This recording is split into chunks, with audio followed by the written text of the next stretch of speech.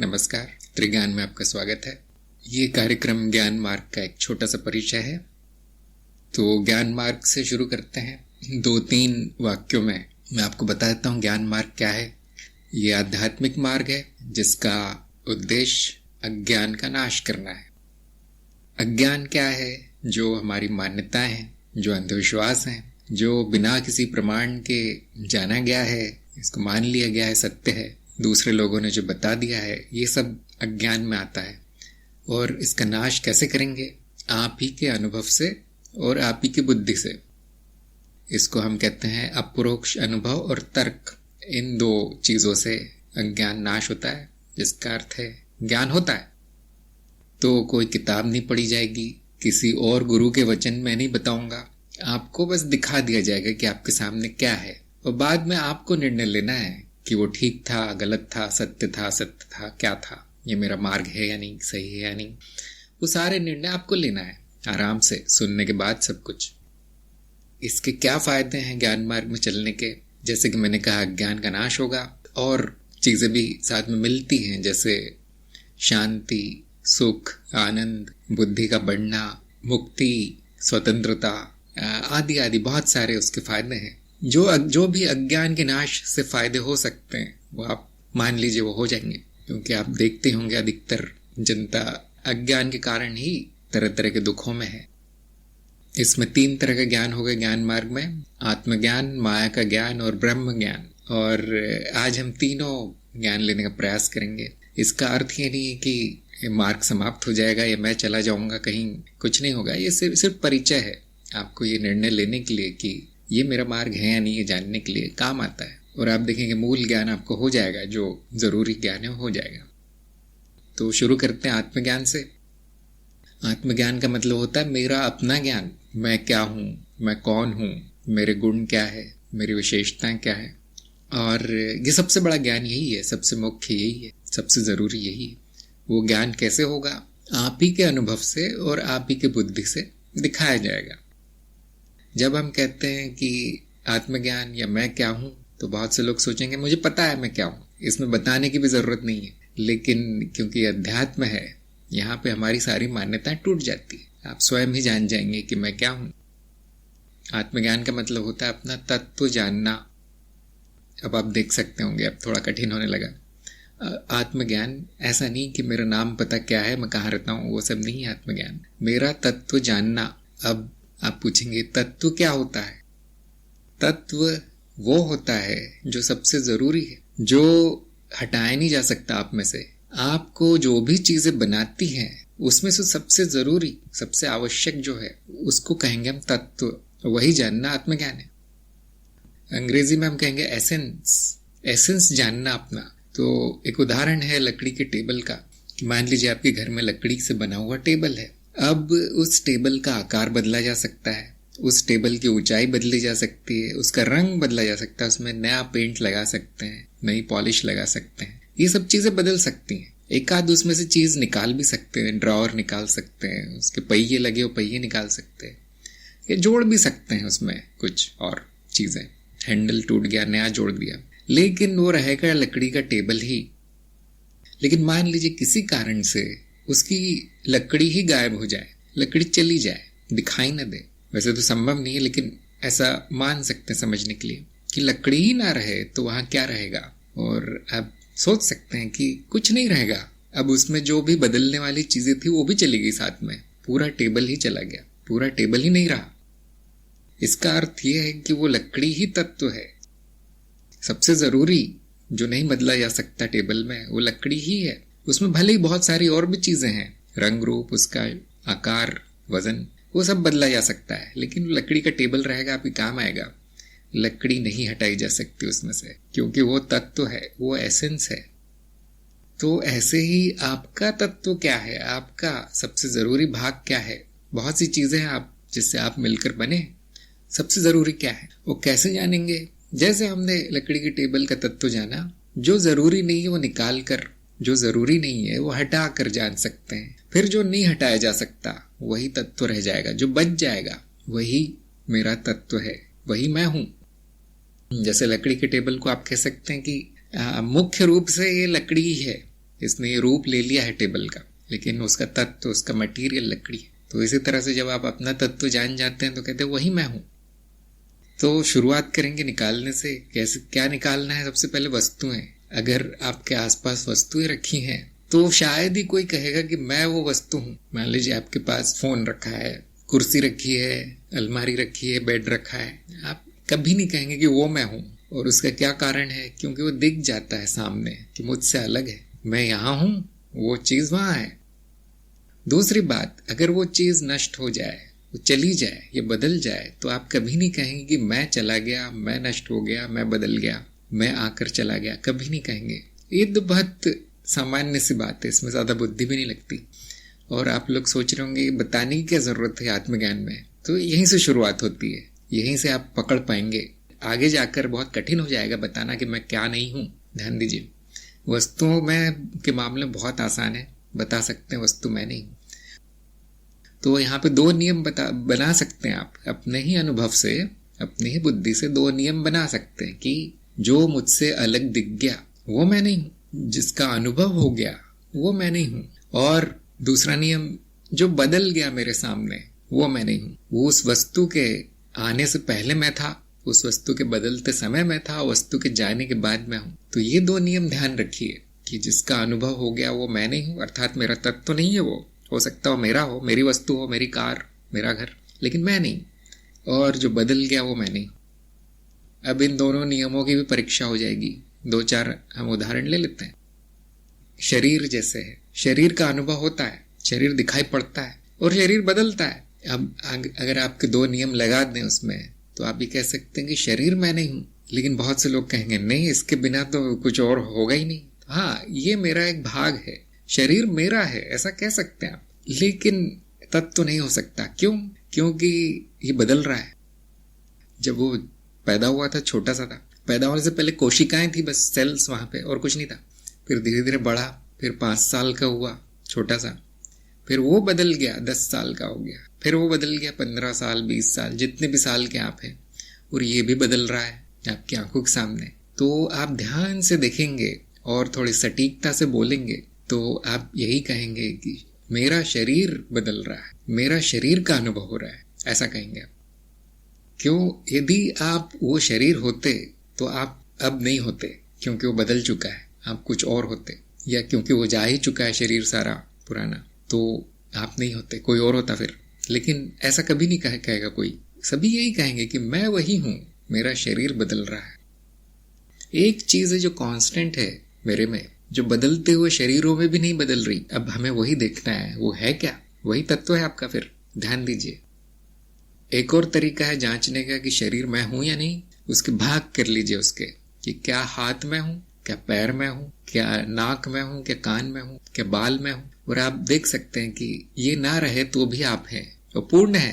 आप कह सकते हैं शरीर का वो भाग हो सकता है चला गया, लेकिन मैं तो हूं।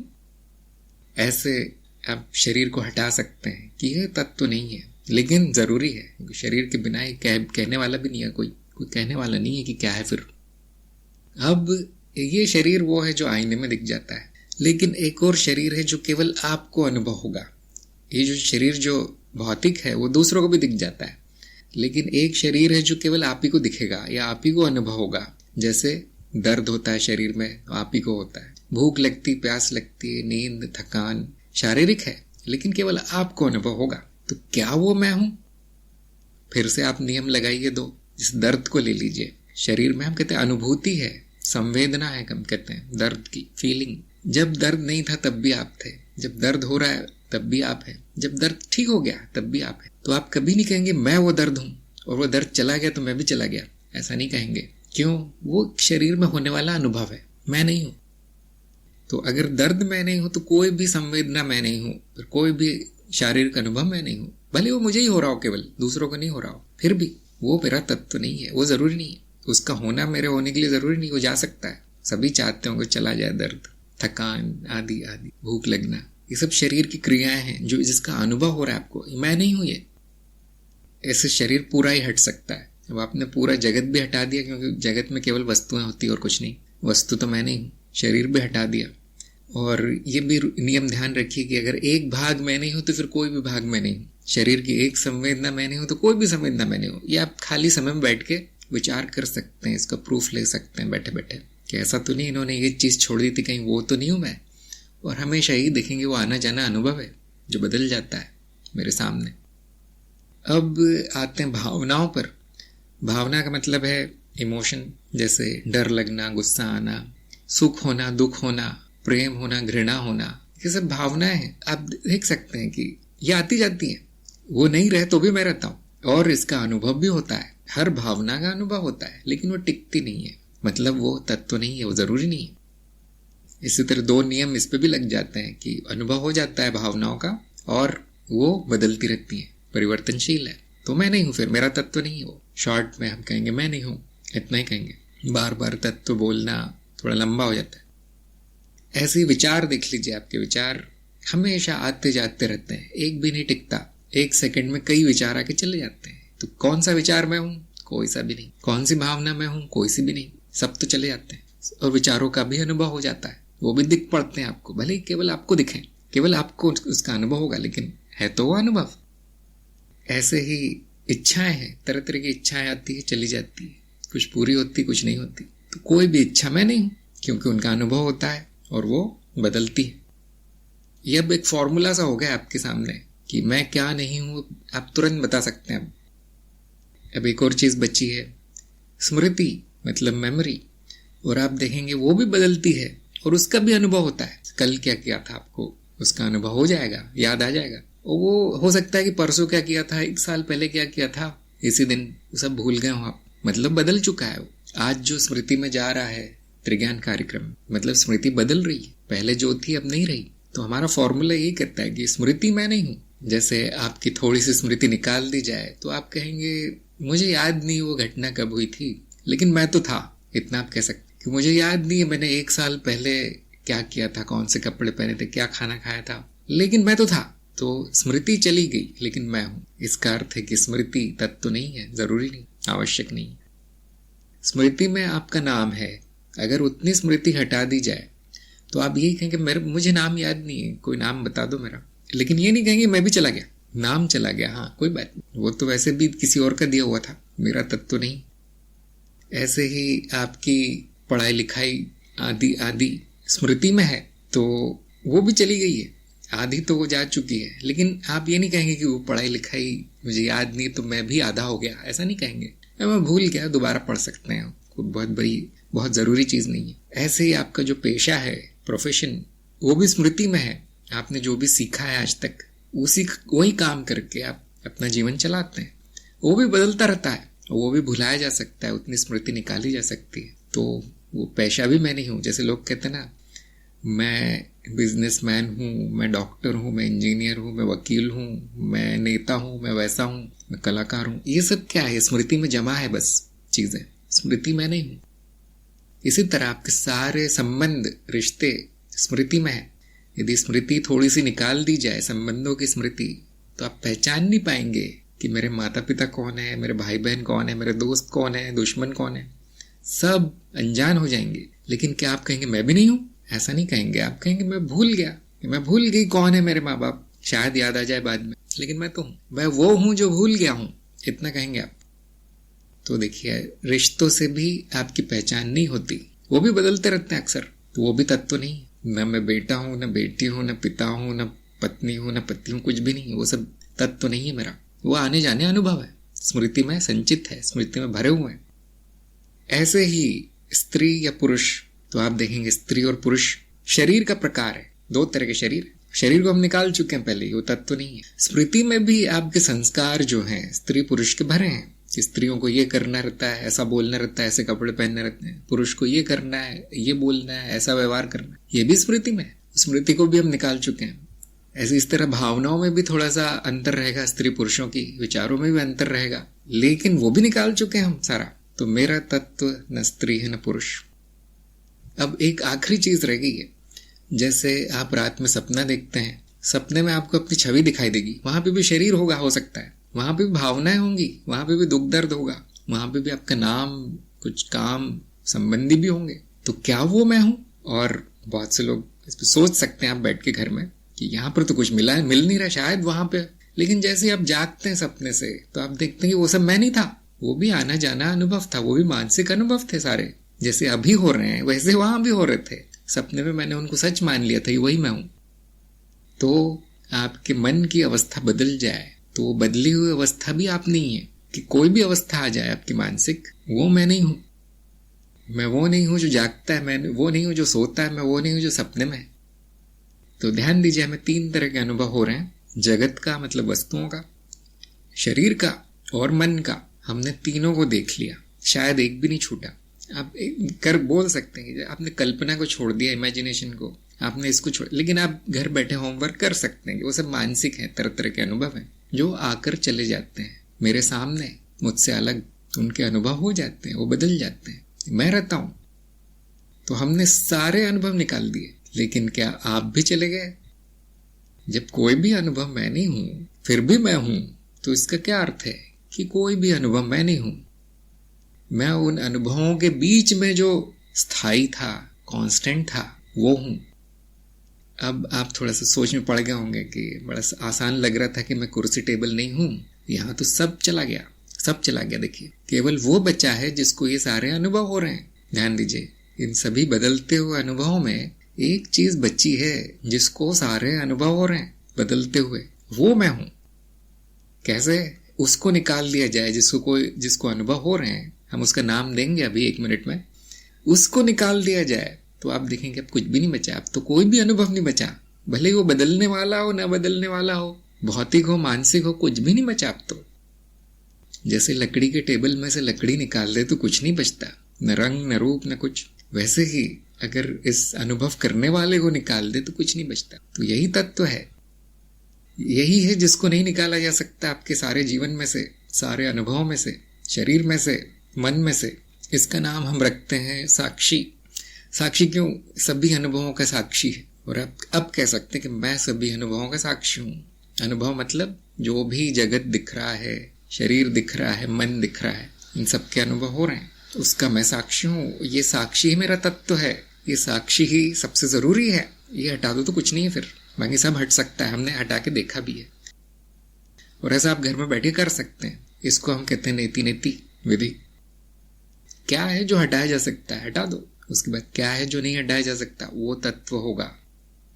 तो पहली चीज हमने स्वयं के बारे में जानी कि मैं कोई अनुभव नहीं हूं। ये बात ध्यान में रखने वाली है, अनुभव नहीं हूं मैं। दूसरी बात, हमारा नियम कहता है कि जो बदल गया वो भी मैं नहीं हूं। जो आता जाता रहता है, जिसकी जगह कुछ और ले सकता है, वो भी मैं नहीं हूं, वो भी तत्व नहीं है। तो मैं बदलता भी नहीं हूं फिर, क्यों बदल गया तो मैं नहीं हूं। इस बारे में भी आप आराम से सोचिए बैठकर। 2 चीजें आपने जान ली है तत्व के बारे में, साक्षी के बारे में, जो कि मैं हूं, अनुभव नहीं हूं कोई सा भी, और बदलता नहीं हूं। एक स्थिर जो है सभी अनुभवों में, एक धागा है जो सभी अनुभवों को पिरोता है, वो मैं हूं। साक्षी मेरा नाम। अब आप अपना नाम भूल जाइए, वो किसी और ने रखा है। अब इसके और गुण देख लेते हैं कि इतना तो जान लिया मैंने, 2 चीजें जान ली। अभी आया कहां से, कहां जाएगा, क्या करना है इसको, क्या करता है ये, साक्षी को जान लेते हैं थोड़ा सा, तो आत्मज्ञान पूरा हो जाएगा। आपने ये तो जान लिया कि मैं क्या नहीं हूं, अब ये जान लीजिए मैं क्या हूं। तो शुरू करते हैं कि दिखता कैसे है, इसका रंग रूप क्या है, इसका आकार क्या है, इसका भार क्या है, कितना वजन है, बड़ा है, छोटा है, काला है, सफेद है। और आप देख सकते हैं, आपका फॉर्मूला लगा सकते हैं 2 नियम कि अगर दिख जाता तो मैं नहीं, अगर उसका आकार होता, वजन होता, या कोई पदार्थ होता तो बदल सकता था, टूट फूट हो जाती उसमें। बदल गया तो मैं नहीं हूं, वो अनुभव है फिर। और अभी आप अपना अप्रोक्ष अनुभव भी लगा सकते हैं। देखने का प्रयास कीजिए कि मेरा रंग क्या है, मेरा रूप क्या है, मुझ में कौन सा पदार्थ है। और आप देखेंगे यहाँ कुछ नहीं, बस होना है, इतना ही कह पाएंगे आप कि मैं हूं, इससे ज्यादा नहीं। इससे ज्यादा जो भी कहेंगे वो अनुभव होगा। आप कहेंगे नहीं हाड़ मांस है, रक्त है, वो शरीर है। आप कहेंगे नहीं स्मृतियां हैं इतनी सारी, बहुत सारी मैंने जी, वो स्मृति है। नहीं मुझे दुख होता है, मुझे वो भावना है, मैं सोचता हूँ, मैं वो सोचता हूँ, मुझे इतना ज्ञान है, वो सब विचार है, हम सबको निकाल चुके हैं। तो मैं निराकार हूँ और मेरा कोई पदार्थ भी नहीं है, मैं पराभौतिक हूँ, मुझ में कोई मानसिक भी कुछ चीज नहीं है, परमानसिक हूँ, मतलब मन के परे और भौतिक जगत के परे, निराकार। ये बात भी ध्यान रखने वाली है, क्योंकि इसी के आधार पर हम आगे जाएंगे। ये आपका स्वयं का अनुभव है। देखिए, ये अब कोई पढ़ी हुई बात नहीं है, कहीं सुनी सुनाई श्लोक नहीं पढ़ रहा हूं मैं यहाँ पे, लेकिन आपको शास्त्रों में भी यही मिलेगा, ठीक ठीक यही मिलेगा। लेकिन ज्ञान मार्ग में हम खुद से जानना चाहते हैं ये आया कहाँ से। साक्षी, मेरा जन्म कब हुआ, हम पूछते हैं। और आप देख सकते हैं कि शरीर का जन्म हुआ होगा तो उसके फोटो भी होंगे पुराने आपके पास, उसका प्रमाण पत्र भी होगा, जन्म तिथि आपको पता होगी, हर साल आप मनाते भी होंगे मेरा जन्मदिन, लेकिन वो आपका नहीं है, शरीर का है, जो आनी जानी मांस का एक बस पिंड है। उसका अनुभव हो रहा है आपको, आप अनुभव ले रहे हैं उसका। हाँ, वो जरूरी है, ये बात सच है, शरीर बहुत जरूरी है। ये तो यहाँ को बोलते भी नहीं है, बोल भी नहीं पाते हम, सुन भी नहीं पाते। वो एक उपकरण है मेरा, वो एक मशीन है मेरे पास, लेकिन मैं उसका साक्षी मात्र हूं। तो शरीर का जन्म हुआ है, मेरा नहीं। विचार होगा, हाँ, वो सब शुरू हुए होंगे बाद में, स्मृति भी बाद में शुरू हुई होगी, लेकिन उसका साक्षी में पहले से था। अब ये हो गया आपका स्वयं का अनुभव। आप इतना कह सकते हैं कि मुझे याद नहीं है, साक्षी के बारे में कुछ याद नहीं है, शरीर के बारे में पता है, लोगों ने बताया है कि ये जन्म हुआ था, ये छोटा सा था, फिर बड़ा हो गया, ये कहा जा सकता है। साक्षी का कुछ नहीं कहा जा सकता, कब शुरू हुआ पता नहीं। तो इसके लिए तर्क उपयोग करते हैं हम। जो अनुभव से नहीं जाना जा सकता उसको बुद्धि से जाना जा सकता। तो जन्म कैसे होता है, देखिए, जब मिट्टी से घड़ा बन जाता है तो हम कहते हैं घड़े का जन्म हो गया। ध्यान दीजिए, यहाँ पे एक पदार्थ है मिट्टी, वो बदलता है, घड़े का रूप लेता है, पदार्थ बदलाव रूप, इसको हम कहते हैं जन्म होना। ऐसे ही जब हम बीज बोते हैं तो बीज से पौधा निकलता है, हम कहते हैं पौधे का जन्म हो गया, लेकिन वो बीज का ही पदार्थ है जो बदल कर पौधे के रूप में आ गया। थोड़ा सा और ले लेता है वो आसपास से, पानी वानी हवा, पदार्थ ही है, वो बदल गया। पदार्थ, बदलाव और रूप, आकार। ऐसे ही बच्चे का जन्म होता है तो माँ के शरीर का पदार्थ है, वो बदल कर बच्चे के रूप में आता है, जन्म होता है, बड़ा होता है, आकार लेता है, बच्चे का जन्म हो गया। अब ये बहुत शॉर्ट में बता रहा हूं आपको, लेकिन घर में बैठकर आप विचार कर सकते हैं इस बारे में कि ये बात सत्य है। जन्म इसी को कहते हैं। इसमें 3 चीजें जरूरी है, पदार्थ होना जरूरी है, और बदलाव होना जरूरी है, और आकार लेना जरूरी है, रूप लेना जरूरी है। ध्यान दीजिए, साक्षी में तीनों नहीं है, न पदार्थ है, न बदलाव है, न आकार है। अब इस पे हम कहते हैं जन्म की धारणा लागू नहीं होती। इसके बारे में नहीं कहा जाएगा कि जन्म होता है इसका, क्योंकि ये तीनों चीजें नहीं है। जन्म से परे हूं ऐसा कह देते हैं हम कविता में, मेरा जन्म नहीं होता, अजन्मा हूं मैं। ऐसा सीधे बोलेंगे तो कभी नहीं समझ में आएगा, सब स्टेप बाय स्टेप बताना पड़ता है ऐसे। इस बारे में और विचार कीजिए, कहीं ऐसा तो नहीं कि हवा से प्रकट हो गया मैं, ये साक्षी किसी दिन प्रकट हो गया मतलब बदलाव हो गया, कुछ नहीं से कुछ, लेकिन इसमें बदलाव नहीं हो सकता, फिर वो अनुभव हो जाएगा, कुछ अनुभव प्रकट हुआ, फिर मैं नहीं। अब आप जान जाएंगे आगे जाकर कि थोड़ी देर में कि ऐसा क्यों है कि इसका जन्म नहीं हो सकता। अब आप ध्यान से देखिए कि इसमें बदलाव नहीं है, इसका मतलब ये बूढ़ा भी नहीं हो सकता। बूढ़े का मतलब है टूट फूट होना, रोग होना, क्षय होना किसी तरह का, उसका बर्बाद होना, नष्ट होना, ये नहीं हो सकता, क्योंकि ये भी शरीर में ही होगा। ये मन में भी होता है, ये मन भी बड़ा होता है, बूढ़ा होता है, उसके विचार बदल जाते हैं, उसके व्यवहार बदल जाता है, भावनाएं बदल जाती, तो हम कहते हैं वो व्यक्ति बूढ़ा हो रहा है। लेकिन यहाँ कुछ नहीं है, तो ये बदलता भी नहीं, इसलिए हम कहते हैं इसको न रोग होगा न बुढ़ापा होगा। अजर हूं, जर का अर्थ होता है बुढ़ापा या क्षय, तो हम कहते हैं मैं अक्षय हूं, अजर हूं। तत्व साक्षी की बात हो रही है। अब शरीर को भी भूल जाना है, मैं नहीं हूं, मन को भी भूल जाना है, स्मृति को भी, वो सब मैं नहीं। ये जो मैं हूं वो अजर है, अक्षय है, अक्षर है। तो जिसका जन्म भी नहीं होता, जो बूढ़ा भी नहीं होता, रोग भी नहीं होता, क्या वो मर सकता है? अब बुद्धि कहेगी नहीं, ये तो संभव नहीं है, क्योंकि मृत्यु भी शरीर की होती है, उसके साथ मन भी गायब, तो इसकी मृत्यु नहीं होती, इसलिए मैं अमर हूं। साक्षी अमर है। मृत्यु भी एक तरह का परिवर्तन है, आकार का नष्ट हो जाना, मिट्टी हो जाना, टुकड़े टुकड़े हो जाना, खत्म हो जाना, वो मृत्यु है। और क्योंकि मुझ में परिवर्तन नहीं है, ना आकार है, ना पदार्थ है, इसलिए मृत्यु का सवाल नहीं आता। तो जो हम जन्म के लिए कहते हैं वही मृत्यु के लिए कहते हैं कि इस पे मृत्यु की धारणा लागू नहीं होती। मृत्यु के परे जो है वो मैं हूं, बाकी चीज आती जाती है, वो जन्म मृत्यु के समान है। जैसे विचार जन्म लेता है, फिर विचार मर जाता है, क्योंकि वो चला गया, खो जाता है। भावना जन्म लेती, मर जाती, इच्छा जन्म लेती, मर जाती। इसी तरह शरीर जन्म लेते, मर जाते हैं, वस्तुएं बनती है, टूट जाती, मर जाती। मैं नहीं, साक्षी नहीं, साक्षी ये सब नहीं है। अब आप धीरे धीरे काफी जान गए साक्षी के बारे में। जिसका जन्म नहीं होता उसका पुनर्जन्म भी नहीं हो सकता, सवाल ही नहीं आता। फिर मृत्यु भी नहीं हो सकती, फिर दोबारा जन्म होने का सवाल नहीं आता। तो मैं मतलब साक्षी जन्म मृत्यु के चक्र के परे है। न जन्म होता है, न मृत्यु, न पुनर्जन्म, न पुनर्मृत्यु। मतलब मैं मुक्त हूं। इसको हम मुक्ति कहते हैं पारंपरिक रूप से, कि जो जन्म मृत्यु के चक्र के परे चला गया वो मुक्त है, मोक्ष मिल गया उसको। तो ध्यान दीजिए, ये सब शरीर वरीर कभी मुक्त नहीं होगा, इसकी मृत्यु होती केवल, या जन्म होता है। लेकिन साक्षी इसके परे है, ये मुक्त है, जन्म मृत्यु के चक्र के परे। इसको अनुभव होते हैं जन्म मृत्यु के, इसका न जन्म होता है न मृत्यु होता है। तो मैं पहले से मुक्त हूं, इसमें कोई बंधन नहीं है। इसको किसी जेल में नहीं बंद कर सकते। शरीर को कर सकते हैं, इसको किसी पिंजरे में नहीं रख सकते, इसको किसी रस्सी से बांध नहीं सकते, इसको मार नहीं सकते, इसको जला नहीं सकते, आप काट नहीं सकते। पदार्थ नहीं है, भौतिक नहीं है, मानसिक भी नहीं है। मन में भी बंधन हो सकते हैं, किसी की बुद्धि कम हो सकती है, किसी की भावनाएं थोड़ी बांध के रखती है, उनको डर लगता है। लेकिन यहाँ तो कुछ भी नहीं है, यहाँ कोई भी बंधन नहीं है। मैं बंधन मुक्त हूं, स्वतंत्र हूं।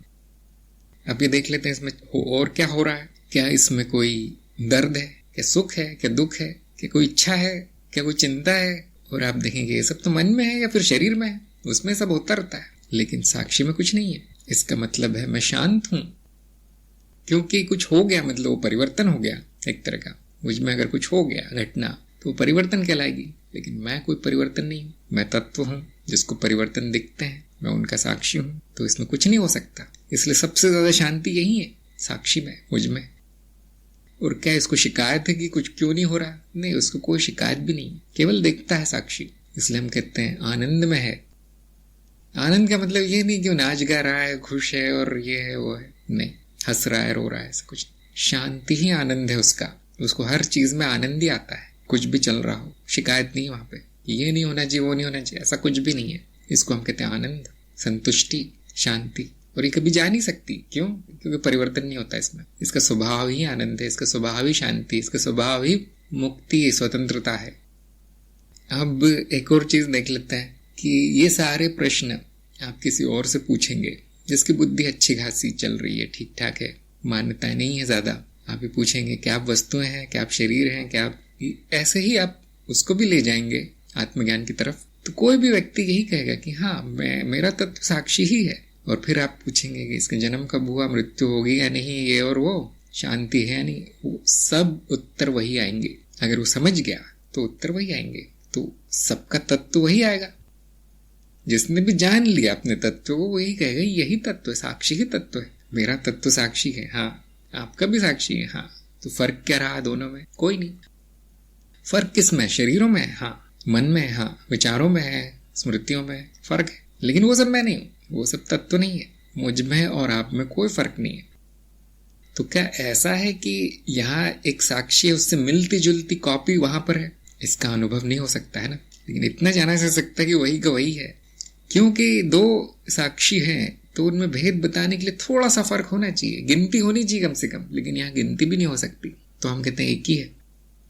और इसको अब तर्क से भी जाना जा सकता है। तो ज्ञान मार्ग में हम ये तर्क देते हैं कि यदि दो वस्तुएं के गुण मिलते हैं और दोनों के बीच में कोई सीमा नहीं है तो वो एक ही है। जैसे कागज, उसका अगला भाग पिछला भाग दोनों सफेद है और दोनों के बीच में सीमा नहीं है, दोनों एक ही है। या फिर आप तालाब का उदाहरण ले लीजिए कि तालाब का दाया हिस्सा, बाया हिस्सा, दाएं में भी पानी है, बाएं में भी पानी है, बीच में कोई सीमा नहीं है। तो हम ये नहीं कहते कि दो पानी है, हम कहते हैं कि पानी के गुण मिल रहे हैं दाएं बाएं, दाएं देखो तो भी पानी, बाएं देखो तो भी पानी, बीच में कोई दीवार नहीं है, तो हम कहते हैं एक ही तालाब, एक ही पानी।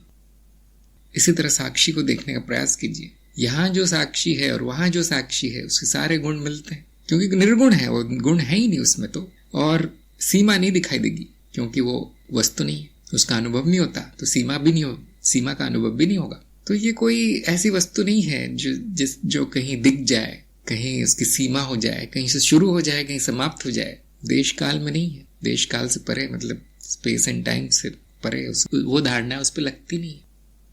तो एक ही साक्षी है, एक ही है। जैसे वहां पे आपको आकाश दिखाई दे रहा होगा, वो यहाँ पे भी एक आकाश दिखाई दे रहा है, और आप गुण देखने जाएंगे, आकाश के गुण एक ही दिखेंगे, और दोनों आकाश के बीच में सीमा नहीं होगी, वहां से आप चलेंगे, यहाँ से मैं चलूंगा देखने के लिए कहाँ पे मेरा आकाश खत्म होता है, कहाँ आपका शुरू होता है, कभी नहीं मिलेगा। इसका अर्थ क्या है? जो हमको आकाश का ज्ञान हो रहा है एक ही आकाश का हो रहा है, ऐसे ही जो हमको साक्षी का ज्ञान हो रहा है सबको एक ही साक्षी का हो रहा है। केवल दो जगह ज्ञान होने से दो नहीं हो जाती चीजें, इस पर भी मनन कीजिए। यह भी एक नियम है, तर्क का नियम, कि दो लोगों को ज्ञान हो रहा है एक वस्तु का तो वो दो नहीं कहलाएंगे, वो एक ही कहलाएंगे। दो जगह ज्ञान हो रहा है तो इसको हम कहते हैं प्रेम होना। मतलब प्रेम कोई भावना नहीं, मैं स्वयं हूं प्रेम। एक हो जाना प्रेम कहलाता है, आध्यात्मिक प्रेम। अध्यात्म में यही परिभाषा है। तो प्रेम भी मैं हूं, सभी में मैं ही हूं, सभी का तत्व मैं ही हूं। बड़ी अजीब लगती बात बोलने में, लेकिन ऐसा ही है। मैं आपको एक सारांश बता देता हूं कि आप क्या है, आपका तत्व क्या है। पहला, जगत, शरीर, वस्तु, मन, ये सब नहीं हूं। कोई अनुभव नहीं हूं, परिवर्तन नहीं है मुझ में। नित्य हूं, नित्य मतलब जो बदलता नहीं। निराकार हूं, अरूप हूं, रूप नहीं है। पराभौतिक, परामानसिक हूं। अजन्मा, अजर, अमर, ये साक्षी है। और बंधन मुक्त, जन्म मृत्यु के चक्र से मुक्त, शांत, आनंद, प्रेम, सभी में मैं ही व्याप्त हूं। यह है आत्मज्ञान। बड़ा आसान है। तो आगे चलते हैं। हमने बहुत सी चीजें हटा दी थी। जगत में नहीं हूं, वस्तुएं मैं नहीं हूं, शरीर में नहीं हूं। अब ये प्रश्न आता है, ये है क्या फिर, क्यों है?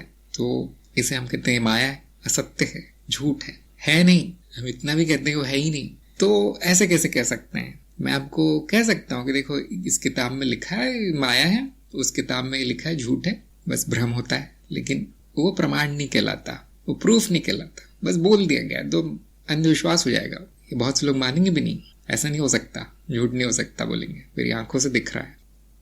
तो अब थोड़ा सा प्रमाण लेने का प्रयास करते हैं। मैं आपके ही अनुभव से बता दूंगा कि क्यों कहते हैं हम कि सब कुछ माया है।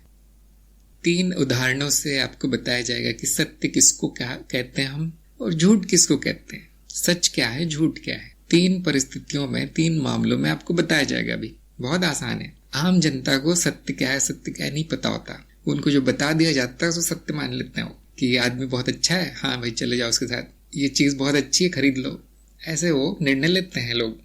लेकिन अगर बहुत जरूरी है आपके लिए सत्य जानना तो आप अपनी बुद्धि का प्रयोग करेंगे। हम 3 तरह के उदाहरण लेंगे। पहला है रोज के जीवन से, कि रोज के जीवन में कैसे आप जान पाते हैं सच क्या है, झूठ क्या है। दूसरा है जो महत्वपूर्ण लोग हैं, बड़े लोग हैं, वो कैसे निर्णय लेते हैं। तीसरा है ज्ञान मार्ग में या दर्शन में, फिलॉसफी में कैसे निर्णय लेते हैं सत्य सत्य का। तो बहुत आसान है, मैं आपको संक्षेप में बता दूंगा। बाकी आपको मनन ध्यान खुद करना है, इस पे विचार खुद करना है। तो मान लीजिए रोज के जीवन में एक व्यक्ति आपसे मिलता है और वो आज आपको एक नाम बताता है कि मेरा नाम प्रशांत है। तो पहली बार मिले तो हाँ मान लेंगे आप प्रशांत है, पूछेंगे नहीं, प्रूफ नहीं पूछेंगे। अगले दिन वो मिलता है, वो कहता है मेरा नाम सुशांत है। अब आप सोचेंगे पहले दिन शायद गलत सुन लिया होगा मैंने, मिलता जुलता नाम है, कोई बात नहीं। अगले दिन वो मिलता है, कहता है मेरा नाम प्रकाश है। अगले दिन कोई और नाम है। अब आपको शक हो जाएगा, किसी भी बुद्धिमान आदमी को शक हो जाएगा, ऐसा नहीं हो सकता है, इसका ये नाम सच नहीं लग रहा, कोई भी नाम सच नहीं लग रहा, रोज नहीं बदल सकता किसी का नाम। तो आप पूछेंगे कि भाई अब अपना आई कार्ड दिखाओ, लाइसेंस वाइसेंस पासपोर्ट दिखाओ, शायद आपको कोई काम होगा उससे। वो दिखाता है, सारे कागज सब में अलग अलग नाम है, सारे पेपर्स में लाइसेंस अलग है, फोटो अलग है, सब कुछ। थोड़ी सी भी बुद्धि होगी किसी में, वो कहेगा सब झूठ है, सारे नाम झूठ है, असत्य है। क्यों? एक भी मिलता नहीं दूसरे से। अब मान लीजिए वही व्यक्ति मिलता है, पहले दिन कहता है मेरा नाम प्रशांत है, अगले दिन भी प्रशांत है, एक हफ्ते बाद भी प्रशांत है, 1 साल बाद, 10 साल हो गए मिलते मिलते, प्रशांत है उसका नाम, उसके हर कागज पर, हर आई कार्ड पर वही नाम लिखा है, उसके घर जाते हैं तो वही नाम है उसका। अब आप कहेंगे हाँ इसका सच्चा नाम प्रशांत है। अब आपको प्रमाण मिल गया। कैसे? क्योंकि बदला नहीं कभी। ध्यान दीजिए, ये रोज का बहुत ही आसान उदाहरण है। फिर भी आपने निर्णय कैसे लिया सत्य का? पहली बार में बदल रहा था उसका नाम, इसलिए आपने माना नहीं। दूसरे मामले में बदला नहीं, इसलिए आप पूरा पक्का हो गया, कि निश्चित हो गया कि यही नाम है। ऐसे ही आप कोई वस्तु खरीदने जाते हैं किसी दुकान में, एक दिन उसकी कीमत 50 रुपए है, अगले दिन उसकी कीमत 100 रुपए है, उसके अगले दिन 200 रुपए है, उसके अगले दिन बोलते हैं फ्री में ले जाओ 10 रुपए। आप नहीं लेंगे उस वस्तु को, आप कहेंगे मुझे बेवकूफ समझ आएगा तुमने, रोज बदल देते हो कीमत। बदल गया तो विश्वास नहीं होगा, झूठ लगेगा। लेकिन कोई वस्तु है उसकी कीमत 50 रुपए एक जगह, दूसरी जगह 50 है। ऑनलाइन आप देखते हैं 50, 51, 52, थोड़ा सा फर्क है। किसी से पूछते हैं कितने में लिया था, मैंने इतने में लिया था आसपास। अब आपको विश्वास हो जाएगा कि हाँ इसकी सही कीमत 50 ही है, उस 1-2 रुपए आसपास है, 5 रुपए भी बढ़ेगी कोई बात नहीं। क्यों? बदल नहीं रहा इतना। ऐसे ही आप किसी व्यक्ति से मिलते हैं, एक दिन उसका स्वभाव बहुत मीठा है, अगले दिन झगड़ा कर रहा है, अगले दिन वो आपको धोखा देने का प्रयास कर रहा है, उसके अगले दिन आपके पीछे कुछ बुराई कर रहा है आपकी पीठ पीछे, वो फिर अगले दिन आ जाता है, हाथ पैर जोड़ता है, मुझे इतने पैसे दो। क्या ऐसे व्यक्ति पे आपको विश्वास होगा? क्या आप कहेंगे मुझे उसका सच्चा स्वभाव पता है, मेरा दोस्त है ये? नहीं, कभी नहीं कहेंगे। क्यों? बदलता रहता है, कब क्या हो जाए बता नहीं सकते। लेकिन आप किसी को जानते हैं अच्छे से, आप देखेंगे उसका एक विशेष प्रकार का स्वभाव है। हाँ, वो इस बात से गुस्सा होता है, इस बात से उसको प्रेम आता है, इस बात से खुश होता है, बदलता नहीं है ज्यादा। तो आप कहेंगे हाँ ये व्यक्ति, इसके बारे में मुझे पता है, इसका सच मुझे पता है, ये कैसा है मुझे पता है, उस पर भरोसा होगा। इस रोज के जीवन में कुछ महत्वपूर्ण काम होते हैं, जैसे आप कोई महंगी वस्तु खरीद रहे हैं, जमीन खरीद रहे हैं, मान लीजिए प्रॉपर्टी, और वो बेचने वाला कहता है कि इसका जो एरिया है वो 5000 स्क्वायर फीट है। अब आप खरीद नहीं लेंगे, आप बोलेंगे भाई इसका पेपर दिखाओ, प्रूफ दिखाओ कि कितना एरिया है, तुम्हारे नाम पे है। वो पेपर दिखाता है, उसमें निकलता है 3000 स्क्वायर फीट लिखा हुआ है। कोई भी व्यक्ति नहीं खरीदेगा उसको। फिर भी आप सोचते हैं चलो देख लेते हैं, नाप के देखते हैं तो 2000 स्क्वायर फीट निकला। अब कोई भी नहीं खरीदेगा। अब इतने लाखों रुपए देने से पहले इतना तो आप चेक करते होंगे। क्यों? बदल रहा है। देखिए एरिया बदल रहा है सब जगह, जब भी आप पता करने जाते हैं बदल जाए। मान लीजिए वो व्यक्ति कहते हैं 5000 स्क्वायर फीट है, उसके पेपर में भी 5000 लिखा है सरकारी रजिस्टर में, और आप टेप लेके नापते हैं वो प्लॉट को, 5000 स्क्वायर फीट है। हाँ, अब आप नाम वगैरह देखते हैं, वकील से चेक करवाते हैं, हाँ सब कुछ ठीक है, अब आप खरीदते हैं। क्यों? अब विश्वास हुआ है कि अब सच होगा। ध्यान दीजिए, यहाँ कुछ बदला नहीं। रोज के जीवन में हम ऐसे ही निर्णय लेते हैं, जो बदल गया उस पर विश्वास नहीं करते। भले ही सच झूठ ना कह दें ठीक एकदम से, लेकिन विश्वास नहीं होगा। अब जो महत्वपूर्ण लोग हैं वो कैसे निर्णय लेते हैं? मान लीजिए एक वैज्ञानिक है, बहुत महत्वपूर्ण है वैज्ञानिक, उनके ऊपर दुनिया चल रही है, वो एक प्रयोग करता है और हर बार वो प्रयोग का जो नतीजा है अलग निकलता है, कुछ और ही निकलता है, कुछ और ही उपकरण बताता है, उसे फॉर्मूले में फिट नहीं होता, और बाकी लोगों को कहता है आप भी प्रयोग करो, और दुनिया भर के वैज्ञानिक प्रयोग करते हैं, लेकिन कुछ और ही निकलता है नतीजा, रिजल्ट।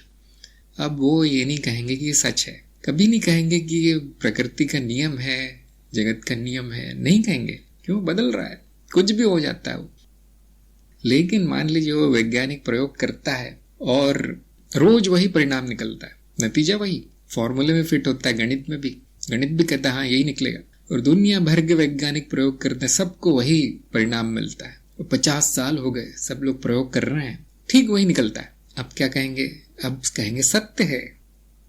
देखिए बड़े लोग हैं, पढ़े लिखे, बहुत विद्वान लोग हैं, वो कहेंगे सत्य है। क्यों? बदल नहीं रहा, परिणाम नहीं बदल रहा, वो अनुभव नहीं बदल रहा है, कितना भी प्रयोग कर ले। कहते हैं वो नियम है, प्रकृति का नियम है, भौतिक नियम। अब उसको बच्चों को भी पढ़ाते हैं स्कूल में, अब उसके ऊपर डिग्री विग्री मिलती, इतना महत्वपूर्ण हो गया। क्यों? बदल नहीं रहा। जिस दिन वो बदल गया खत्म, अब वो नियम नहीं रहा, बदल गया, अब वो झूठ हो गया, अब वो सत्य नहीं रहा।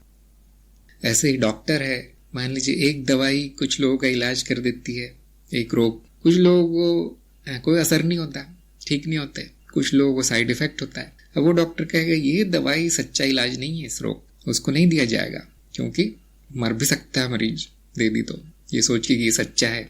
वो ऐसा नहीं करेगा डॉक्टर कोई। तो एक दवाई है जो अधिकतर लोगों का इलाज कर देती है, क्योंकि सभी शरीर एक जैसे नहीं होते, तो एक दो का नहीं होगा, लेकिन सबका हो जाता है, ठीक हो जाता है रोग। तो डॉक्टर यही कहेगा कि ये सच्चा इलाज है, और अब वो लिख के देगा आपको पेपर में कि ये दवाई ले लेना, ठीक हो जाओगे। ध्यान दीजिए, इस व्यक्ति के हाथ में आपका जीवन मरण है, जीवन मृत्यु उसके हाथ में है, वो भी निर्णय ऐसे ही लेता है। जो बदल गया वो झूठ है। ध्यान दीजिए, मानदंड वही बन रहा है। ऐसे ही जज है, अगर किसी पे हत्या का इल्जाम लगाए तो पूछेगा गवाह कहाँ है। सब गवाह अगर अलग अलग कहानी बताएंगे तो वो कहेगा नहीं, प्रमाणित नहीं होता, प्रूफ नहीं होता यहाँ पे कि इसने हत्या की। क्यों? बदल रही कहानी। भले वो आंखों देखिए लेकिन बदल रहा है। लेकिन अगर सभी गवाह कहते हैं कि हाँ इसी ने हत्या की, मैंने देखा है, मतलब सबकी स्टोरी मिल रही है, तो अब जज उसको फांसी पे चढ़ा देगा या जेल में भेज देगा। ध्यान दीजिए, बहुत महत्वपूर्ण काम है। और यहां पर भी उसने यही मानदंड अपनाया कि एक जैसा है, बदला नहीं तो ही सत्य है। उंगलियों के निशान भी उसी के हैं, कैमरे में भी उसी, हाँ बिल्कुल सत्य है कि इसी ने हत्या की।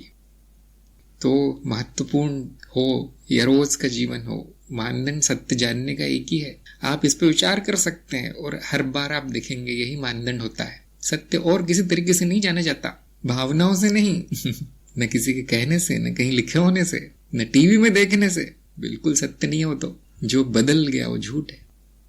अब दर्शन में या ज्ञान मार्ग में कैसे जानेंगे? वही तरीका है, जो बदल गया वो झूठ है। मैं आपको उदाहरण देता हूँ। मान लीजिए आप कुम्हार की दुकान में जाते हैं जो मिट्टी की चीजें बनाता है, तो आप देखेंगे वहां मिट्टी का घड़ा है, मिट्टी का दिया है, मिट्टी की मूर्तियां हैं, मिट्टी की चीजें बना के रखी है, बर्तन है। अब आपसे पूछा जाए कि मिट्टी का सच्चा रूप क्या है, इन सब रूपों में से कौन सा रूप सच्चा है? अगर आप आम आदमी हैं तो आप बता नहीं पाएंगे, लेकिन अभी आप जान गए हैं, थोड़ा बहुत बता सकते हैं कि मिट्टी का कोई सच्चा रूप नहीं है। आप कहेंगे कुछ भी हो सकता है, बदल सकती है मिट्टी रूप, और आपकी आंखों के सामने उसके अलग अलग रूप दिखेंगे। और जब रूप बदलेगा तो नाम भी बदलेगा। तो आप शॉर्ट में कहेंगे नाम रूप असत्य है, नाम रूप झूठ है, मिथ्या है। जबकि मिट्टी वही है, सब में, सभी रूपों में एक ही मिट्टी है, मिट्टी तत्व है। आप कहेंगे वो नहीं बदल रही, तो मिट्टी सत्य है। देखिए जो बदल नहीं रहा वो सत्य है। आप कुम्हार के पास जाएंगे, आप कहेंगे मुझे मिट्टी पसंद नहीं, सिर्फ घड़ा दे दो, तो क्या वो घड़ा दे पाएगा? वो कहेगा नहीं नहीं कुछ तो मिलेगा आपको साथ में, मिट्टी की तो प्लास्टिक, नहीं तो स्टील, कुछ तो ले जाओ। लेकिन वो घड़ा नहीं मिलेगा आपको कभी, हमेशा तत्व ही मिलेगा। क्यों? घड़ा अपने आप में है नहीं, केवल नाम रूप है। इंद्रियां जो बता देती है उसको घड़ा के दिया जाता है। अगर उसको सोने के रंग से रंग दिया जाए तो इंद्रिया कहेंगे सोने का घड़ा है, लेकिन वो है मिट्टी। इंद्रियों पर विश्वास नहीं किया जा सकता। ध्यान दीजिए, दर्शन में भी यही, बदल गया तो झूठ है, कोई सा भी रूप सच्चा नहीं है। ऐसे ही आप तालाब में जाएंगे, सागर में जाएंगे, उसमें तरह तरह की लहरें उठ रही है, तो क्या आप कहेंगे कि चलो आज लहरों को भर के लाते हैं बाल्टी में, लहरों से स्नान करेंगे? संभव नहीं है, पानी आएगा। क्यों? लहरें रूप मात्र है। कितने रूप है लहरों के? कितने भी हो सकते हैं, अनंत। लेकिन वो सब असत्य है। पानी वही है, पानी सत्य है। तो हम क्या कहते हैं, जो नाम रूप है, जो इंद्रियों से दिख गया, वो सच नहीं है। जो बदल नहीं सकता वो सच है। अब आप देखिए, जगत, शरीर, मन सभी बदलते हैं, ऐसा कुछ भी नहीं है जो नहीं बदलता। इसलिए सभी असत्य है, सभी नाम रूप ही है। इंद्रियों से नाम रूप ही दिखते हैं। आप कहेंगे नहीं, विचार भावना है, उनको भी नाम रूप में गिन लिया जाता है दर्शन में। क्यों? इंद्रियों से मिला हुआ अनुभव है, आता जाता है, बदलता है। बदल गया तो झूठ है। ये कौन कह रहा है? ये निष्कर्ष आप स्वयं निकाल सकते हैं अपने अनुभव से और बुद्धि से। आप भी प्रयास कीजिए घर बैठे, कौन सा अनुभव सत्य है? आप देखें कोई नहीं। अब हमने देखा कि इन सभी बदलते हुए अनुभवों में से क्या है जो नहीं बदलता? मैं साक्षी, इसीलिए मैं ही सत्य हूं। जो दिखता है, जो जाना जाता है, वो असत्य है। जो नहीं दिखता, जो जानता है, जिसको अनुभव होते हैं, अनुभव करने वाला, वो सत्य है। ठीक उल्टा है जो आम जनता मानती है, उससे ठीक उल्टा है। आम जनता तो वस्तुओं को और शरीरों को, मन को सत्य मानती है, स्मृति को, और जो वो है वो जानते भी नहीं वो क्या है। किसी कोई बता दे तुम ऐसी चीज हो जो दिखती नहीं है, हाँ तो किससे कहानी है, मनगढ़ंत है कहेंगे, किसी और को बेवकूफ बनाना ऐसे कहेंगे। लेकिन सत्य ठीक उल्टा है। इस पर विचार करके देखिए। जैसे कि मैंने कहा, प्रश्न बहुत आएंगे आपके, लेकिन वो धीरे धीरे सुलझ जाएंगे अगर आप मार्ग पकड़ लेते हैं। तो धीरे धीरे जितने मैंने प्रमाण आपको अभी दिए हैं उससे ज्यादा मिल जाएंगे, सैकड़ों प्रमाण मिल जाएंगे। कुछ लोग कहेंगे फिर तो मेरा खाना भी असत्य हो गया। अगर मैं ट्रेन के सामने खड़े हो जाऊंगा, ट्रेन भी वस्तु है, तो मैं मरूंगा नहीं, ये ठीक नहीं है। इस पर विचार कीजिए। वो जो खाना खाने वाला है वो भी असत्य है, वो शरीर है। जो ट्रेन के सामने खड़ा है वो भी शरीर है। तो कोई अगर गाली देता है तो उससे दुख भी नहीं होना चाहिए, गाली असत्य है? नहीं, जिसको दुख हो रहा है वो भी असत्य है, वो भी माया है, वो भी मिथ्या है। मैं दृष्टा हूं इन सब चीजों का, मैं सत्य हूं। ऐसे विचार कीजिए। तो एक और चीज है कि इंद्रियां जो बताती वो सत्य नहीं होता। अब इसमें मैं बहुत ज्यादा नहीं जाऊंगा क्योंकि ज्ञान दीक्षा कार्यक्रम में बहुत विस्तार है इसका, सारे प्रमाण है, आप बोर हो जाएंगे इतने सारी उदाहरण है तो मैं थोड़ा सा दूंगा यहाँ पर कि मान लीजिए चाय पीते हैं तो आपको मीठी लगती है, उसमें शक्कर डाली हो तो रोज मीठी लगती है, लेकिन एक दिन आप मिठाई खा लीजिए, लड्डू खा लीजिए और उसके ऊपर चाय पीजिए, अब जीभ क्या बोलेगी कि चाय फीकी है, आप बोलेंगे शक्कर डाली आज, वो कहेंगे नहीं नहीं आपने मिठाई खाई है ना इसलिए फीकी लग रही। तो ऐसा क्यों हुआ? जो जीभ रोज चाय को मीठा बोलती थी अब नहीं बोल रही। जैसे आपको बुखार आ जाए, बीमार हो जाए, अब वो जीभ बोलती नहीं, किसी भी चीज में स्वाद नहीं है, सब कड़वी है चीजें। ये ठीक वैसे ही है जैसे वो आदमी अपना नाम बदल रहा है, वो वस्तु अपनी कीमत बदल रही है, या वो वैज्ञानिक प्रयोग के नतीजे बदल रहे हैं। ऐसे जीभ भी अब जो बोल रही है, जीभ जो बता रही है वही अनुभव होगा आपको। सीधे मिठास का अनुभव नहीं होता कभी, जो जीभ बताती है वो अनुभव होता है। तो वो अब कुछ और बता रही है, ध्यान दीजिए, बदल गया तो असत्य है। ऐसे ही सभी इंद्रियों का है। अभी आपके सामने जो वस्तु रखी है वो आप वस्तुओं को नहीं देख रहे हैं, आप वो देख रहे हैं जो इंद्रियां बता रही है। इस बात पर भी विचार कीजिए बैठे बैठे कि मुझे वस्तुएं नहीं दिखती, मुझे इंद्रियों से जो मिलता है वो दिखता है। इंद्रियों के सिग्नल बस मुझे अनुभव होते हैं और कुछ नहीं होगा, और कोई अनुभव है नहीं, चाहे भौतिक हो, मानसिक हो, आंतरिक हो, जो भी हो, और कोई है नहीं। कि जैसे जैसे आप मन में उतरेंगे आप देखेंगे अब पूरी तरह बदल रहे हैं अनुभव। जैसे आप मांसाहारी है तो वो कटे हुए जानवर को देख के आपके मुंह में पानी आएगा कि मेरा खाना है। अगर आप शाकाहारी तो आप देख नहीं पाएंगे, तो क्या वो मरा हुआ जानवर स्वादिष्ट है, या वो घृणा आती है उसको देख के, क्या है वो, गंदा है, अब नहीं बता पाएंगे क्या है वो। ध्यान दीजिए, झूठ है वो उसकी ट्रेनिंग है उस आदमी की, उसने बचपन से मांस खाया इसलिए स्वादिष्ट लगता है। ऐसे ही एक तरह का गाना होगा, आपको पसंद आएगा, हो सकता है दूसरा कहेगा शोर बंद करो, ये रोना धोना बंद करो, बस नींद आ जाती सुन के आपका गाना। लेकिन आपके लिए वो मधुर संगीत है। अब क्या वो सुंदर है, क्या वो मधुर है, ये शोर है? ध्यान दीजिए, यहाँ पे मतभेद हो गया। अब वो कुछ नहीं है, आपके मन ने, आपकी इंद्रियों ने बता दिया, वो आपने सत्य मान लिया बस, क्योंकि आपको पसंद होगा। ऐसी एक रंग आपको पसंद होगा, किसी और को नहीं होगा। एक कपड़े आपको पसंद होंगे, किसी और को नहीं होंगे। एक पेंटिंग देखकर आप कहते होंगे कितनी बड़ी कला है, दूसरा कहेगा कि पेंट बर्बाद किया इसने, बस छिड़क दिया पेंट, उसका कला कहते हो।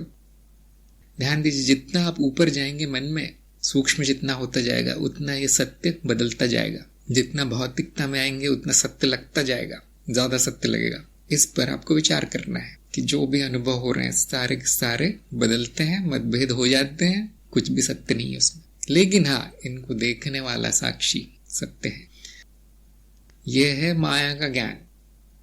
लेकिन मैं जानता हूं उसमें बहुत प्रश्न आएंगे, आते हैं जो भी त्रिज्ञान करते हैं। हर बुद्धिमान आदमी प्रश्न करेगा, लेकिन ज्ञान मार्ग में सारे उत्तर मिल जाते हैं। हाँ, नहीं मिले उत्तर, मुझे अच्छा नहीं लग रहा ये मार्ग, छोड़ ही देना है, फिर तो कोई और मार्ग लेना है, क्योंकि यहाँ जबरदस्ती तो कुछ नहीं होता। अध्यात्म है, जिसकी जो इच्छा है वो मान सकता है, लेकिन प्रमाण ऐसे दिया जाता है। हमने ये भी देख लिया कि सत्य क्या है, हमने ये भी देख लिया कि असत्य क्या है, माया क्या है। माया क्यों कहते हैं? क्योंकि दिख पड़ता है लेकिन है नहीं, इसलिए उसका नाम माया है। जो है नहीं वो माया है, प्रतीत होता है, भ्रम होता है। तो आप कहीं भी चले जाएं आपको यही दिखेगा, या तो किसी न किसी तरह का अनुभव होगा और उनको देखने वाला साक्षी होगा। एक किसी भी कोने में चले जाइए दुनिया के, या किसी भी समय में चले जाइए, प्राचीन काल से लेके आज तक यही दिखेगा। तरह तरह के अनुभव दिखेंगे और उनका साक्षी दिखेगा। हम कहते हैं इस संपूर्ण अस्तित्व में, संपूर्णता में केवल अनुभव है और अनुभवों का साक्षी है, और कुछ नहीं। वो अनुभव भी तीन तरह के हैं, जगत, शरीर, मन। अभी इस समय इतना ही, यही संपूर्णता है, यही सब कुछ है। तो कुछ लोग मानेंगे नहीं, वो कहेंगे देखिए ये चीज छोड़ दी आपने, उस किताब में लिखी थी, ये भी होता है। हाँ ठीक है, जिस दिन आप देखेंगे उसको, आपके सामने आएगी वो अनुभव होगा। कुछ लोग कहेंगे नहीं ये चीज छोड़ दी आपने जिसको अनुभव होते हैं, हाँ तो वो साक्षी है। फिर इन दोनों के अलावा कुछ नहीं है इस अस्तित्व में। अस्तित्व क्या मतलब है? सब कुछ, सारे अनुभव मिला लीजिए, उसमें साक्षी को भी मिला लीजिए। भूतकाल, वर्तमान काल, भविष्य काल, सुख दुख, अच्छा बुरा, नैतिक अनैतिक, ये लोग, परलोक, ऐसा लोग, वैसा लोग, नदी नाले पहाड़, जगत, कीट पतंगों से लेकर मनुष्य, देवताओं, सबको मिला लीजिए। सारे या तो किसी न किसी तरह का अनुभव होगा, या वो चीज कहेगी नहीं मुझे अनुभव हो रहा है, वो साक्षी होगा। यही दो है अस्तित्व, यही दो है। और आपने देखा एक झूठ है, बदलता रहता है। अनुभव साक्षी सत्य है, तत्व है जो नहीं बदलता। तो संपूर्णता इन दोनों से मिलकर बनी है, और संपूर्णता का तत्व भी साक्षी है, मैं ही हूँ। साक्षी मतलब मैं, मुझे ही साक्षी कहा गया है, या मैं भी हटा सकते हैं, किसी किसी को पसंद नहीं आता। साक्षी ही तत्व है। क्यों? क्योंकि संपूर्ण अस्तित्व यही है, इतना ही है। एक बदलता हुआ भाग है, बदलता हुआ चेहरा है, एक स्थायी चेहरा है। जैसे सिक्के के दो चेहरे हैं, लेकिन सिक्का एक ही। एक और हम उदाहरण देते हैं कि मिट्टी और घड़ा। उस समय वो मिट्टी ने घड़े का रूप लिया है, लेकिन वही मिट्टी कुछ और भी बन सकती है, तरह तरह के रूप ले सकती है। गीली मिट्टी हो तो वो रूप बदल रहे हैं, उसके नाम भी बदल रहे हैं, लेकिन तत्व वही है। लेकिन वो घड़ा और मिट्टी एक ही है, दो नहीं है। अब घड़े को मिट्टी से अलग नहीं कर सकते, मिट्टी को घड़े से अलग नहीं कर सकते। क्यों? वो एक ही है। इसी प्रकार अनुभव है और उससे साक्षी है, वो एक ही है। और संपूर्ण अस्तित्व का तत्व साक्षी ही आएगा, और कुछ है नहीं यहाँ जो ना बदलता हो। सभी इंद्रियों के माध्यम से होने वाले अनुभव ही है, इसके अलावा कुछ भी नहीं है। वो सब के सब मिथ्या है। अंत में संपूर्ण अस्तित्व में जो सच है, जो उसको सही मायने में कहा जा सके क्या है, वो साक्षी ही है। जैसे लकड़ी का टेबल है, उसमें कुछ भी बदलता रहे लेकिन आप कहेंगे लकड़ी है। वैसे अस्तित्व में कुछ भी बदलता रहे, कितने भी नाम रूप आ जाए, आप कहेंगे साक्षी ही इसका तत्व है, ये साक्षी है। साक्षी ही मैं हूं, इसलिए सारा अस्तित्व ही मैं हूं, संपूर्णता मैं हूं। ये मानना बहुत कठिन होता है, लेकिन क्योंकि आप चरणबद्ध आए, स्टेप बाय स्टेप जान सकते कैसे क्यों कहा गया है। आपको ऐसे ही किसी दिन पकड़ के कह दिया जाए कि सारा अस्तित्व आप हैं, शायद नहीं मानेंगे। ऐसे गुरु को बैठ के समझाना पड़ता है, तो वो समझ में आता है। इस बारे में आप जितना विचार करेंगे उतना स्पष्ट होता जाएगा। शंकाओं का समाधान गुरु ही करता है, किताब में नहीं मिलेगा ऐसा। तो एक और तरीका है जानने का कि सब कुछ एक क्यों है और वो मैं ही क्यों। तो यहाँ पर भी अनुभव नहीं हो सकता। जैसे इन्होंने कहा सब कुछ का अनुभव दिलवा दो, अभी नहीं, मनुष्य हैं, मनुष्य को नहीं हो सकता ये। तो हम बुद्धि का उपयोग कर सकते हैं। अभी इस समय क्या जाना जा सकता है वो जरूरी है, बाद में तो आप सब जान ही जाएंगे, प्रगति हो ही जाएगी। अभी क्या जान सकते मनुष्य रूप में, साधक के रूप में। तो ज्ञान मार्ग में एक तर्क दिया जाता है, नियम है कि दो वस्तुएं हैं, यदि वो हमेशा साथ में पाई जाती है, एक के बिना दूसरा नहीं पाया जाता, और दोनों के बीच दूरी नहीं है, न समय की दूरी है न अंतराल है उनमें, तो वो एक ही है, हम ऐसा कहते हैं। जैसे मैंने उदाहरण दिया कागज का एक चेहरा और दूसरा चेहरा, दोनों एक ही है, एक ही कागज है। क्यों? दोनों के बीच में दूरी नहीं है, दोनों हमेशा साथ में पाए जाते हैं, अलग नहीं किया जा सकता कि पेज नंबर 1 और पेज नंबर 2 पीछे उसके, दोनों को अलग अलग कर दो, संभव नहीं है, एक ही है वो। क्यों? दोनों के बीच दूरी नहीं है। ऐसे ही दोनों सिक्के के दोनों चेहरे, दूर नहीं है, एक के बिना दूसरा नहीं मिलेगा कभी। ऐसे ही मिट्टी और घड़ा है। मान लीजिए मिट्टी ने उस समय घड़े का रूप लिया है, तो वो घड़े और मिट्टी में आप दूरी नहीं नाप सकते। न कभी ऐसा होगा घड़ा पहले दिखेगा, 1 घंटे बाद मिट्टी दिखेगी, ऐसा नहीं होगा। या ऐसा भी नहीं होगा कि मिट्टी पहले दिख गई फिर घड़ा दिखा, ऐसा भी नहीं होगा। तो आप अभी जांच सकते हैं कि आप में और आपको जो दृश्य दिखाई दे रहे हैं उसमें कितनी दूरी है। वो क्या एक को दूसरे के बिना देखा जाता है, क्या एक दूसरे के बिना पाया जाता है, ये आप अभी देख सकते हैं। यदि आपके सामने कोई वस्तु रखी है तो आप देख कर बताइए कि उस वस्तु में और आप में कितनी दूरी है।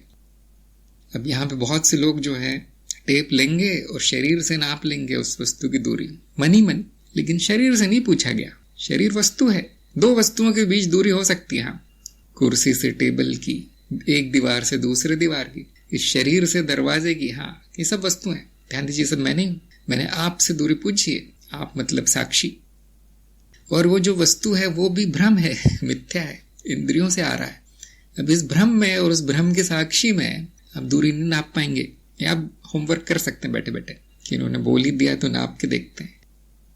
जहां साक्षी है वहीं साक्ष्य है, जहां दृष्टा है वहीं दृश्य है, जहां अनुभव है वहीं अनुभव करता है। इस बात पे ध्यान दीजिए। शरीर को भूल जाना है, मन को भूल जाना है, कहीं मानसिक तो नहीं, कुछ नहीं, सब मैं नहीं हूं, साक्षी हूं मैं। और ये सब चीजें मेरे सामने प्रकट है, लेकिन दूर नहीं है। ऐसा नहीं कि 10 मीटर दूर हो रहा है, 1 मीटर या 1 इंच, नहीं, कुछ भी नहीं। क्या अनुभव बिना अनुभव करने वाले के पाया जाता है? नहीं, ऐसा आपके जीवन में कभी नहीं हुआ कि सिर्फ अनुभव हो रहे हैं लेकिन साक्षी गायब है। ऐसा नहीं हुआ होगा, हो नहीं सकता, क्योंकि किसको होंगे अनुभव हो। और ऐसा भी कभी नहीं होता कि साक्षी है लेकिन किसका है पता ही नहीं, किसी न किसी चीज का साक्षी, कोई ना कोई अनुभव चल रहा है।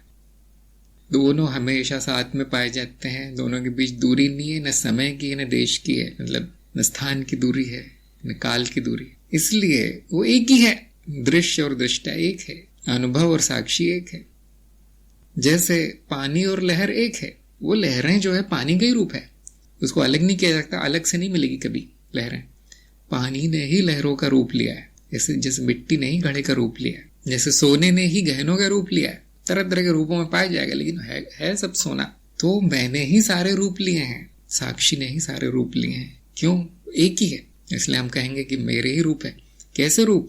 मिथ्या रूप, झूठे रूप। सच्चा रूप मेरा साक्षी है, और रूप नहीं है, अरूप है, रूपहीन है, शून्य है। इस शून्य ने ही सारे रूप लिए हैं, क्योंकि वो कुछ और हो नहीं सकता, इसलिए सपने की तरह है। हम कहते हैं सब कुछ सपना है, और सपना देखने वाला मैं हूं। वो अंत में सपना और सपना देखने वाला एक ही है। मैं ही स्वप्न हूं, मैं ही स्वप्न दृष्टा भी हूं। अस्तित्व भी मैं हूं, और अस्तित्व में जो दिखता है, जो पाया जाता है, अनुभव तरह तरह के, वो भी मैं हूं। ये अस्तित्व को संस्कृत में हम कहते हैं ब्रह्म, और इसको हम कहते हैं ब्रह्म ज्ञान। अब आप जान सकते हैं कि एक ही दृष्टा क्यों है, एक ही साक्षी क्यों है, एक ही अस्तित्व है। 10-20 अस्तित्व नहीं हो सकते। किसको अनुभव हो रहे होंगे? सारे अस्तित्व को, मनुष्य को नहीं। मनुष्य स्वयं अनुभव है, दो नहीं एक है। इसको हम कहते हैं अद्वैत। इस दर्शन को हम क्या कहते हैं? अद्वैत दर्शन, अद्वैत वेदांत। ये ज्ञान मार्ग का सार है। अब और क्या बच गया जानने का आपके पास? नहीं, ये संपूर्णता है। ध्यान दीजिए, संपूर्णता का नाम अस्तित्व रखा है। सब कुछ जान लिया गया है। तो सब कुछ क्या आता है? मैं स्वयं, तत्व मैं हूं, साक्षी। जिसने स्वयं को जान लिया, उसे सब कुछ जान लिया। तो मैं कोई अनुभव नहीं हूं जो आकर चला जाएगा, और मैं कोई छोटा सा ऐसा साक्षी भी नहीं हूं जो कि कभी दिखता नहीं है, इधर है उधर है पता नहीं। पूरा सब कुछ मैं ही हूं। संपूर्णता, संपूर्ण अस्तित्व मैं हूं। और इस मनुष्य के रूप में दिख रहा है अभी वो, जो ये सुन रहा है बातें, वो साक्षी है। लेकिन जिसके द्वारा सुनी जा रही है वो ये मनुष्य, मशीन है, यंत्र है। वो क्या सुन रहा है, क्या बोल रहा है, क्या देख रहा है, वो सब झूठ है, मिथ्या है। इतना ही जाना जाएगा, यही ज्ञान है। तो ये हो गया ब्रह्म ज्ञान। तो आपको आत्मज्ञान हो गया, माया का ज्ञान हो गया, ब्रह्म ज्ञान हो गया। हाँ, इसमें किसी के प्रश्न होंगे, वो आप ज्ञान दीक्षा कार्यक्रम से जान सकते हैं। उसमें भी प्रश्न है तो सत्संग में आ सकते हैं। मैं प्रयास करूंगा बताने का। मैं नहीं बता पाया, बहुत बड़े बड़े गुरु हैं इस देश में, हजारों सालों से यही कर रहे हैं, यही जानते हैं, वो यही समझा गया अभी तक, यही ज्ञान माना गया है। तो यदि आप ज्ञान मार्ग को मार्ग चुनते हैं तो ध्यान दीजिए, यही खत्म हो गया मार्ग। ब्रह्म ज्ञान के आगे कुछ नहीं है, जानने का कुछ भी नहीं है। क्या बन जाऊं मैं? अरे ब्रह्म है आप कुछ नहीं बन सकते। इससे बड़ा नहीं हो सकता कोई। नहीं, ये मनुष्य कुछ प्रगति करनी है, वो मनुष्य मिथ्या है, वो कितनी प्रगति कर ले, मिट्टी में ही जाना है उसको। मिट्टी हो तो कोई साधना भी नहीं है, प्रगति भी नहीं है, और कुछ है भी नहीं। अच्छा इंसान कैसे बन जाऊं? बिल्कुल आप पूरी कोशिश कीजिए, लेकिन वो सपना है, सपने का भाग है। हाँ, सपने को अच्छा बना लीजिए, सुंदर सपना, वो सत्य नहीं होगा। सत्य पहले से, जो भी सत्य है वो पूर्ण है, सबसे सुंदर वही है, सबसे पूर्ण वही है। उसको कुछ नहीं बनाया जा सकता, क्योंकि वो बदलता नहीं है। सब कुछ वही है, इसलिए सब कुछ पहले से ही बना हुआ है। नहीं मुझे इस योनि में जाना, सब कुछ तो आप ही है। तो ये है ज्ञान का अंत। यहाँ अंत होता है, वेद अंत, और आपके त्रिज्ञान का भी अंत। सभी का कार्यक्रम में भाग लेने के बहुत बहुत धन्यवाद। नमस्कार।